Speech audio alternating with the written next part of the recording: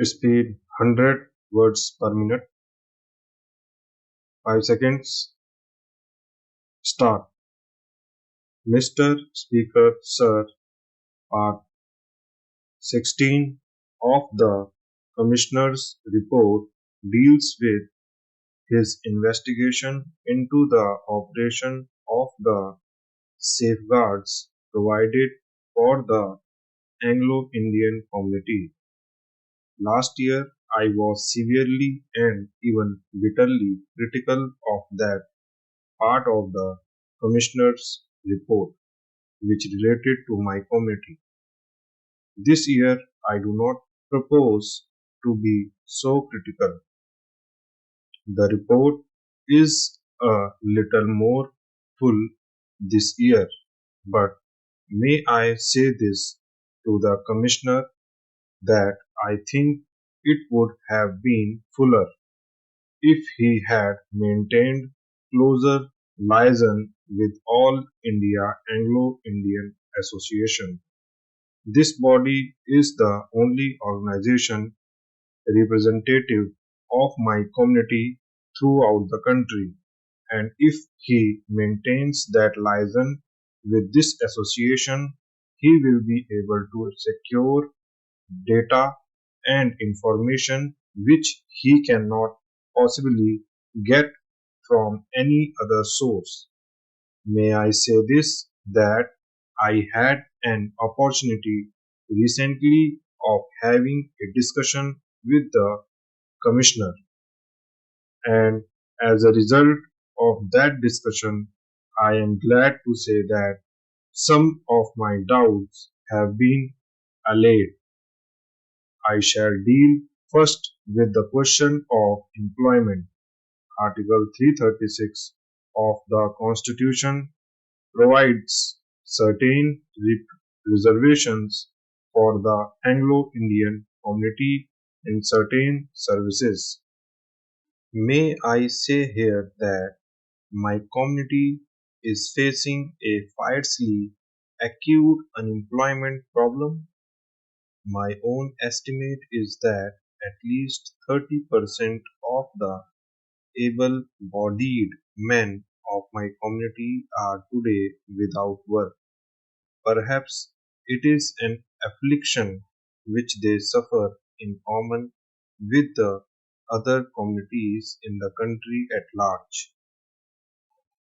The Commissioner has rightly observed that the reservations in certain services of my community are not being filled, but I join issue with him when he says that the reasons are that suitably qualified Anglo-Indians are not forthcoming for these jobs, and that is why these vacancies are not being filled. May I tell him that, on the one hand, while these vacancies in certain services are not being filled, on the other hand, there are hundreds, not only suitably qualified, but perhaps thousands of more than suitably qualified Anglo-Indians who are working on mere pittance.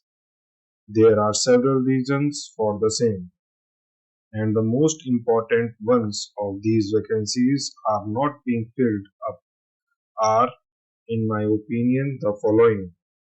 These vacancies are not at all properly advertised. I do not mean that these vacancies are not advertised in the press at all. What I mean is that the papers chosen are not suitable. Media, so far as my community is concerned. For instance, the Hindustan Times may be a very reputable paper which may be widely circulated, but for whatever the reasons may be, it is the paper which is not read by my community. There is no point in advertising vacancies reserved for my community in a paper like the Hindustan Times. Another reason is that the notice of these vacancies are sent out, very often extremely late. Sometimes we receive the copies of these notices only a week before the last date of application for these jobs. Another very powerful reason is the indifference and unconcern shown by certain departments of government.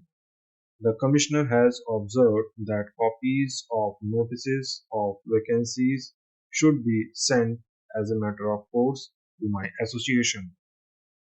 The railways and the Department of Posts do not send them, but I have a feeling that not all notices are sent.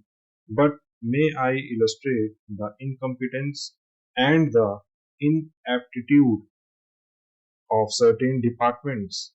I wrote in July this year to the Central Board of Revenue asking them that, in keeping with government practice, notice should be sent to the head office of the All India Anglo-Indian Association. It took more than several months for the Central Board of Revenue to state that the matter is receiving their active consideration in an ordinary, routine manner with regard to notices, even after 3 years and after these safeguards are supposed to have become operative, the Central Board of Revenue is still active consideration to a routine matter such as sending notices of vacancies to my community. This is the reaction of an important, bright, intelligent official who is displaying government's unusual alacrity of energy in honoring these professions to the minorities.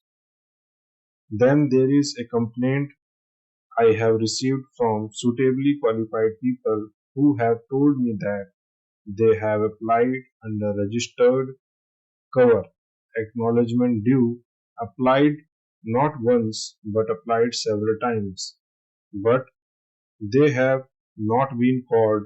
For instance, I had to intervene personally with the Railway Recruitment Board operating from Bombay and the Railway Recruitment Board operating in Seattle.